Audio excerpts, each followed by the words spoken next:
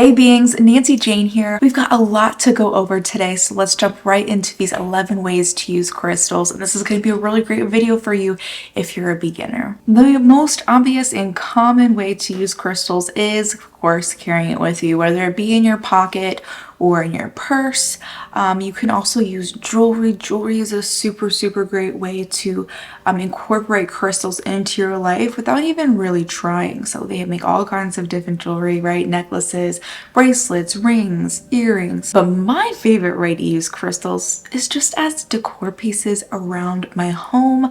I have some in my car, not that are really on display, but that's another great place for crystals is your car, because you tend to spend a lot of time in there. I mean, you can literally put them anywhere. Best place to use crystals as decor is in the hearth of your home, so maybe your living room or in your kitchen, a place where you and your family spend a lot of time together. But really, anywhere works. I have them in every room in my house, but one of the best places to put them is using them on your nightstand. And this is because we spend a third of our time, right? If we're doing an average of 8 hours a day, that's a third of our life, a third of our day you're spending in bed, in one place, in one location, in one room. And so why not utilize that time to get that crystal energy into our being, into our energetic field? Another really great way to use crystals is crystal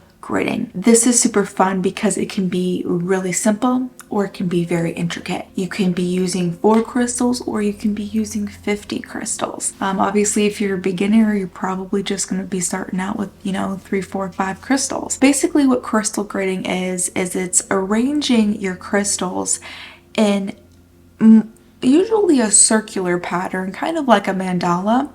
And what it's doing is you're creating a vortex really of energy, whatever energies of the crystals that you're using. And with this vortex that you're creating, it's pulling in more of that energy and allowing it to dissipate into your home. So crystal grids are technically meant to be short-lived, right? A day, a week, not something that is a permanent display.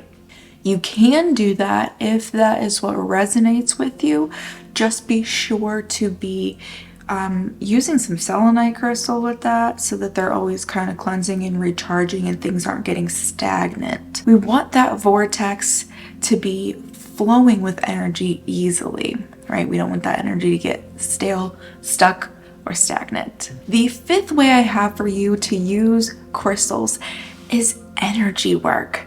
Now, this includes a few different methods, but energy work is what it can be all grouped together. So whether that is Reiki, whether that is just simple cord cutting, or Kundalini energy you might be working with, maybe you're going to put crystals on each of your on each of your chakras, right? You see that often with Reiki healing and energy work. Cord cutting, you might just be using your selenite sword or athame and be cutting those cords, sending away that energy back to who it belongs to, and bringing or calling forth it back, yours back to you. And with this Reiki healing, you can do it yourself to yourself, or you can go and have somebody else do it for you.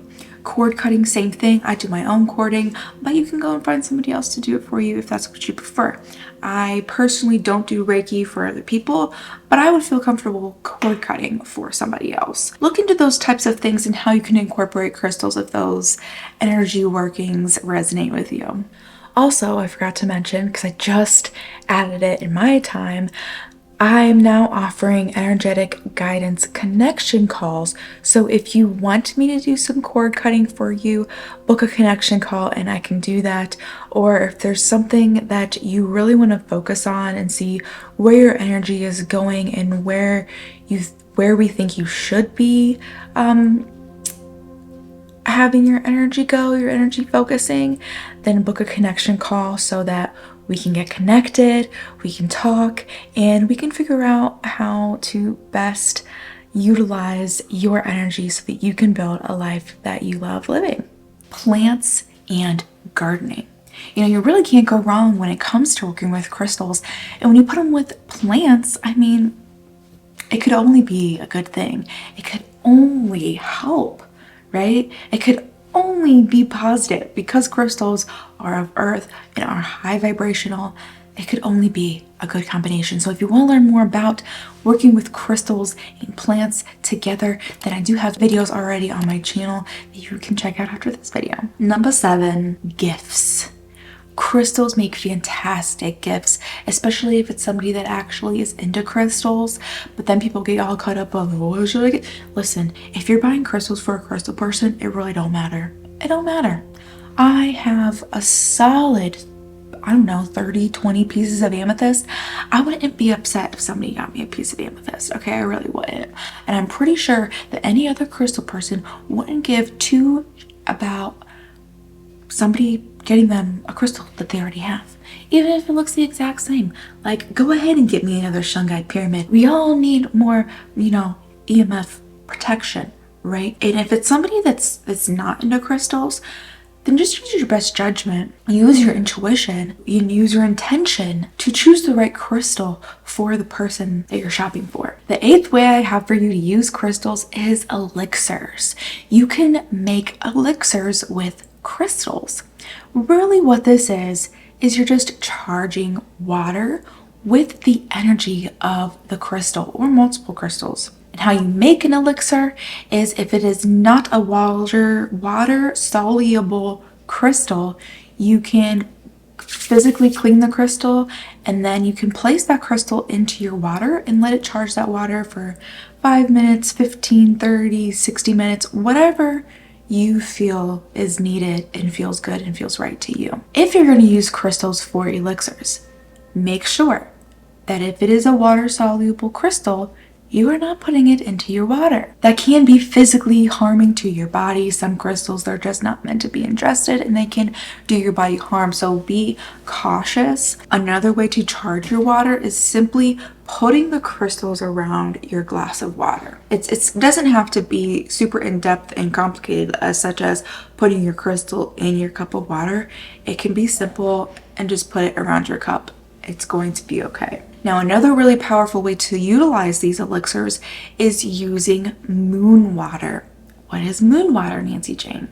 Well, it is basically the same situation, the same concept as charging your water with crystals, except for you're charging your water with the full moon's light. And what this is going to do is enable that water to do its highest good for you. It can really, again, only be beneficial as long as you're not putting your crystals in your water that aren't supposed to be in there. The next really great way to utilize crystals, specifically shungite, selenite, black tourmaline, I think there are a couple others, but is for EMF and 5G radiation protection, blocking, get away from me, I do not accept it, right?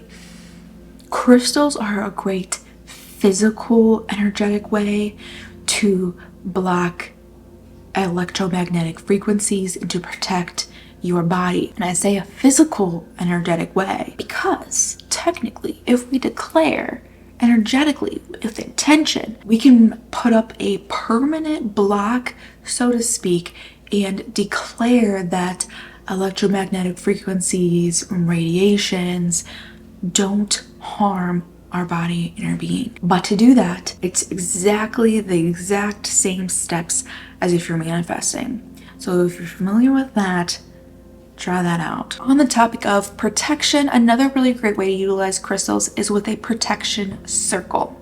You can do this around just you, a specific room, your house, your yard. I don't think you really want to get much bigger than that. Whatever works for you. I, for example, have a protection circle around my whole yard. So that includes my yard, my home, and all that goodness.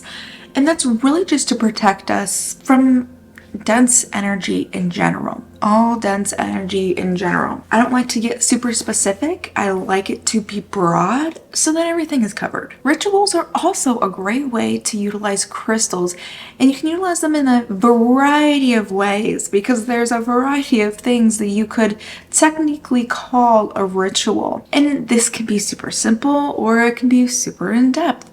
It all depends on you. What makes sense to you, what feels good to you, what feels right for you, what you feel like doing in that moment, in that day. Rituals can be something that you do every day or just every so often. You can set them around you when you're doing yoga or when you're meditating. You can make your manifestation practice into a ritual. You can make crystal gritting into a ritual. Any spiritual practice really can be ritualistic if you want it to be, if you make it that intention. And declare it as so, then it is, right? But people get scared of the word ritual because it makes them think of spells, which also, yes, you can do. But a ritual doesn't have to be spell casting, which really, what is spell casting? Well, I'm going to be making a video here very shortly on rituals versus spells. So make sure that you're subscribed so that you can get that video, because I think that is something that really blocks people when it comes to taking steps towards the broader spiritual path versus a narrower religious path.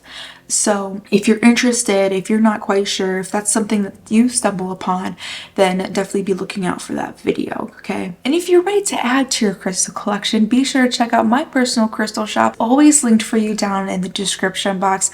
We're always getting some new things in. I want to hear what you want. We've got some sales, we've got some good offers, so feel free to have fun, go shopping. I freaking love to go shopping. It's a real issue.